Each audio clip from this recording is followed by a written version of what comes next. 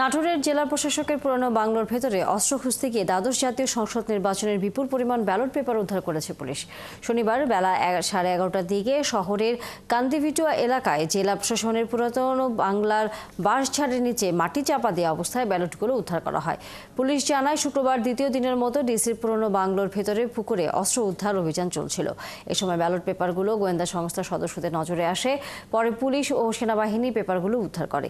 এ নিয়ে এনডিসি রাশেদুল ইসলাম জানান, 2024 সালে দ্বাদশ জাতীয় সংসদ নির্বাচনের পর ব্যালট পেপারগুলো ট্রেজারিতে রাখা হয়েছিল।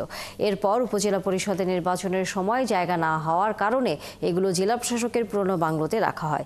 সেখান থেকে কে বা কারা এই ব্যালটগুলো নষ্ট করেছে। বাকি যে ব্যালট ছিল সেগুলো নির্বাচন কমিশনের কাছে পৌঁছে দেওয়া হয়েছে। পরে দেখা গেছে বেশিরভাগ ব্যালট দ্বাদশ জাতীয় সংসদ নির্বাচনের লালপুর বাগাতিপাড়া আসনের। এর আগে শুক্রবার বিকেলে জেলা প্রশাসকের পুরনো বাংলোর পুকুর থেকে 6টি আগ্নেয়াস্ত্র উদ্ধার করে পুলিশ।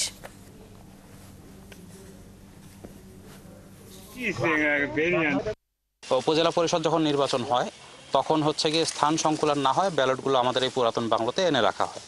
সেখান থেকে কে বা কারা এই ব্যালটগুলো নষ্ট করেছে সেটা আমার জ্ঞাত না। বাকি যে ব্যালটগুলো ছিল সেগুলো সবগুলো আমরা আমাদের নির্বাচন কমিশনের যে টেন্ডার হয়েছে তাদের টেন্ডারকে আমরা ফেরত দিয়ে দিয়েছি এবং তারা সেটা অলরেডি মিটমাট হয়ে গেছে।